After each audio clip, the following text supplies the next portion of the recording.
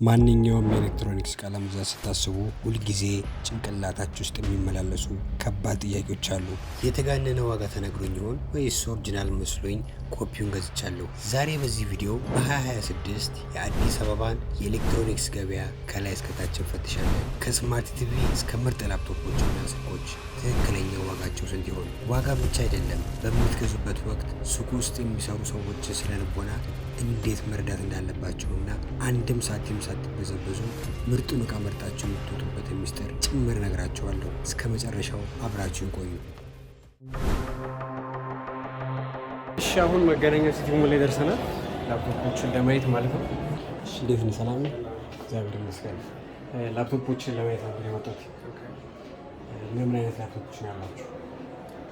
ቢዝነስ ላፕቶፕ፣ ጌሚንግ ላፕቶፕ፣ ሺት ላፕቶፕ ሁሉም አለ። ወርክ ስቴሽን ሁሉም አለ።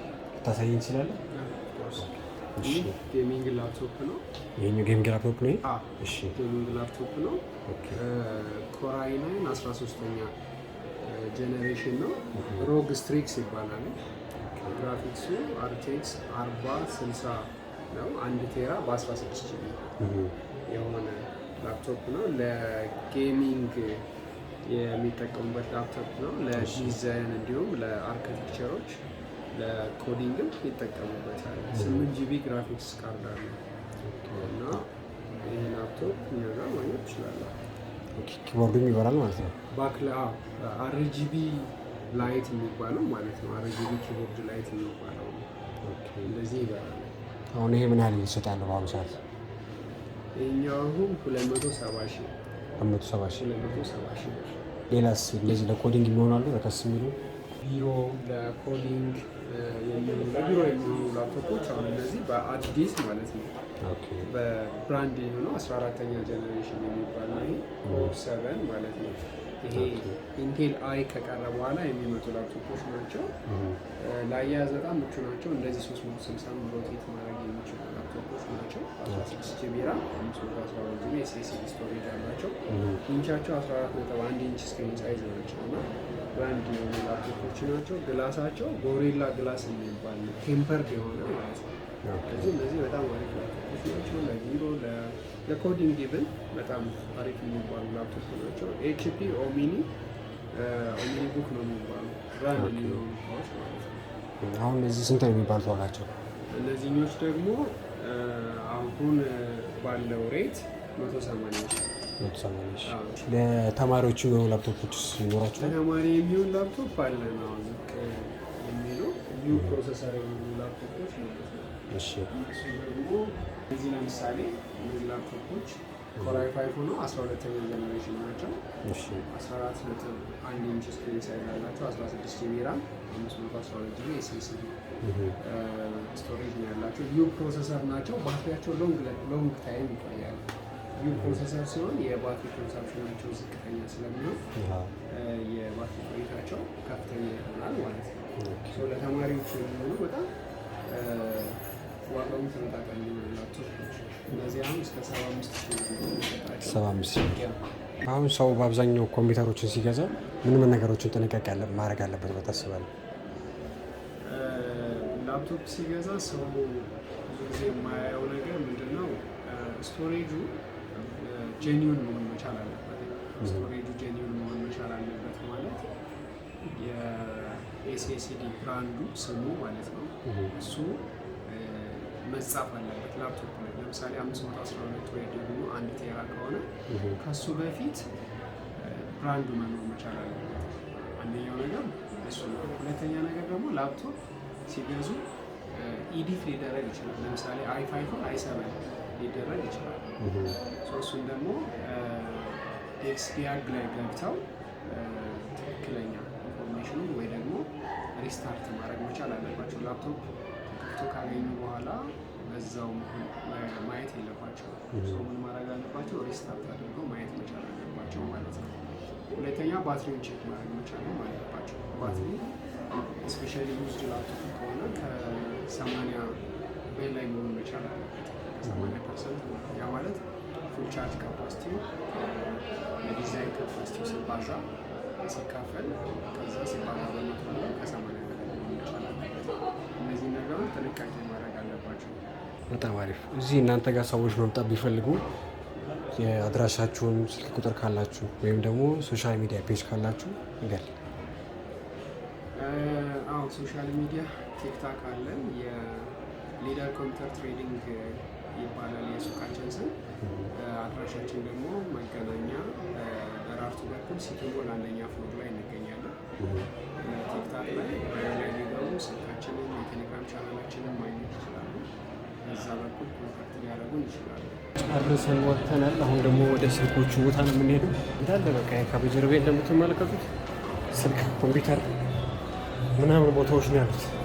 በፍለጋ ላይ ነን እንግዲህ አሁን ወደ ዘፍኖች አካባቢ እየሄድን ነው። ከዚህ ጋር ራሱ ብታዩ ማለት ነው ይሄ ቴክኖ እዛ ጋ የተለጠፈውን አያችሁት?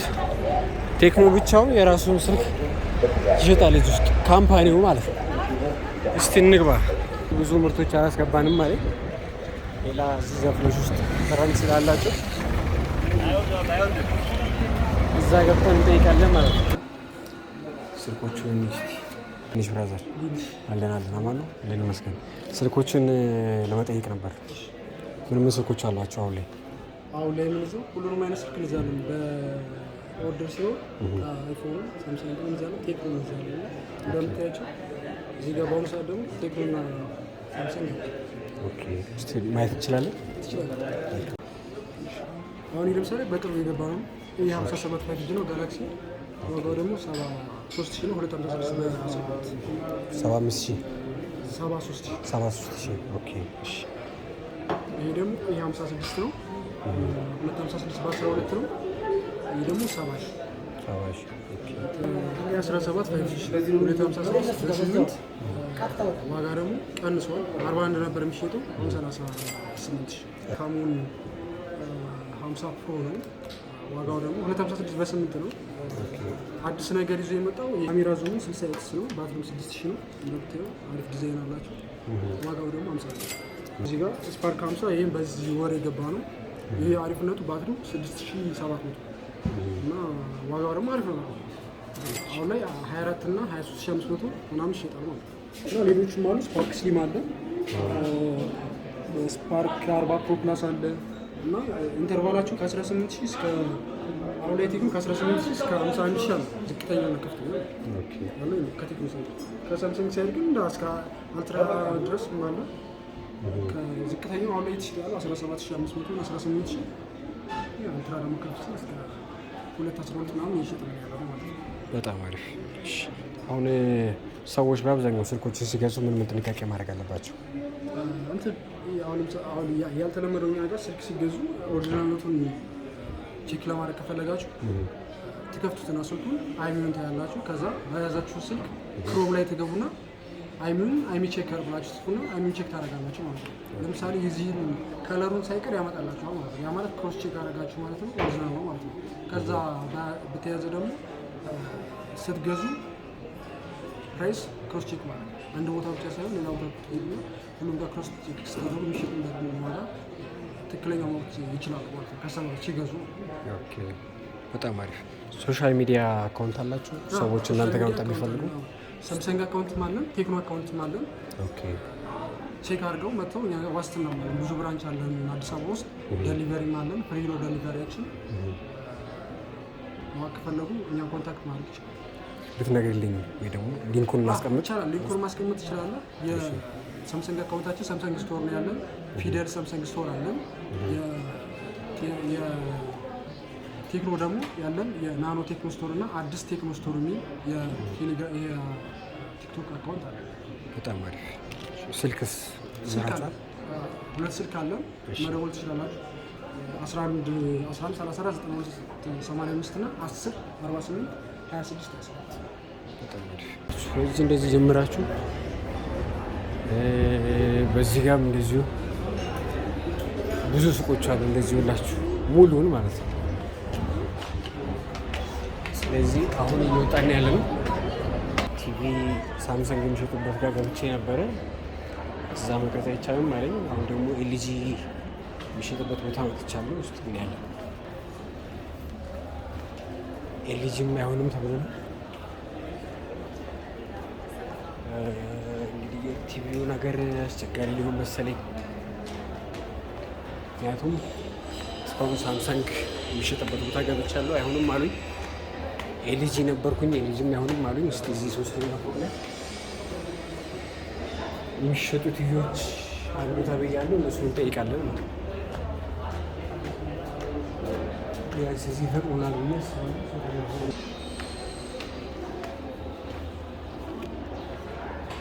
ይመስለኛል። ሶስተኛ ፎቅ አንድ ይቀረኛል። ሊፍት መጠቀም ይችል ነበር።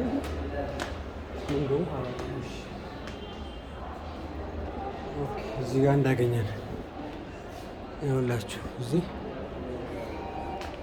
ጋር ደግሞ እንገባና እሺ የሚሉን ከሆነ ጠይቃለን ማለት ነው። አብሽር ቢያንስ የእነዚህኞቹ ምላሽ ይሻላል። እነዚህኞቹ አሉኝ ምንድን ነው ብዙ ቃል አስገባ ነው። እቃ ስናስገባ ሌላ ጊዜ መጥተን መቅረጽ ይችላለን ያለ ቢያንስ ይሄኛው ምላሽ ሙሉ ለሙሉ አትቀርጽም ከመባ ይሻላል። እስኪ እዛ ጋር ብዙ ቤቶች አሉ። እስኪ ይኸውላችሁ ይሄ ሙሉ ማለት ነው። በዚህ ጋር እንደዚህ ሙሉ ያለበት ቲቪ ፍሪጆች ምናምን ያሉት እና እስኪ እነሱ ጋር የሚቻል ከሆነ እናያለን ማለት ነው። እንዴት ሻባኝ ይቺ ቪዲዮ እየሰራኝ ነበረ። ቲቪዎች ምናምን ዋጋ መቅረጽ የሚቻል ከሆነ እናንተ ፕሮሞሽን አይቻልም።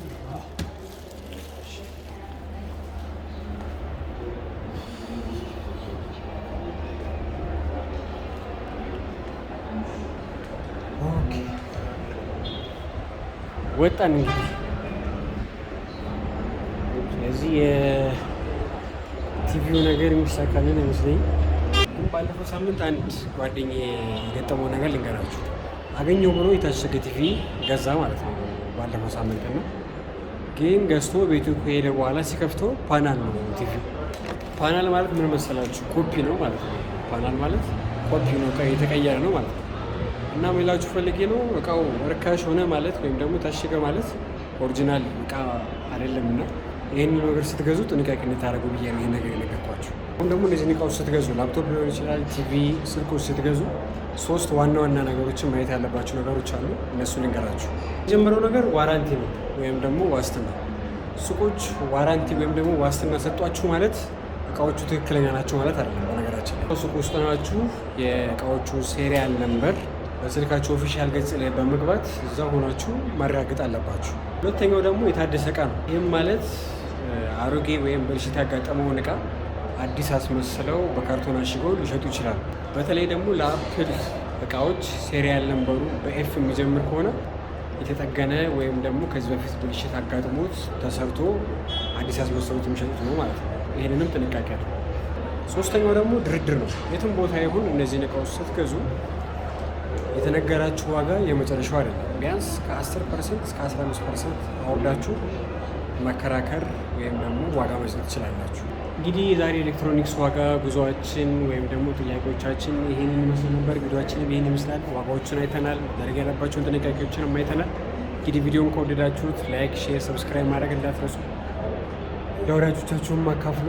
ይህን ነገር ማየት ያለባቸው የምትሉትንም እስቲ እናንተስ በእነዚህ ዋጋዎች ያስገረማችሁ ምንድን ነው? ሰሞኑን ምን ለመግዛት አስባችኋል? እንግዲህ በሚቀጥለው ቪዲዮ በሌላ አዲስ ገራሚ ቪዲዮ እንገናኛለን። ሰላም ቆዩ።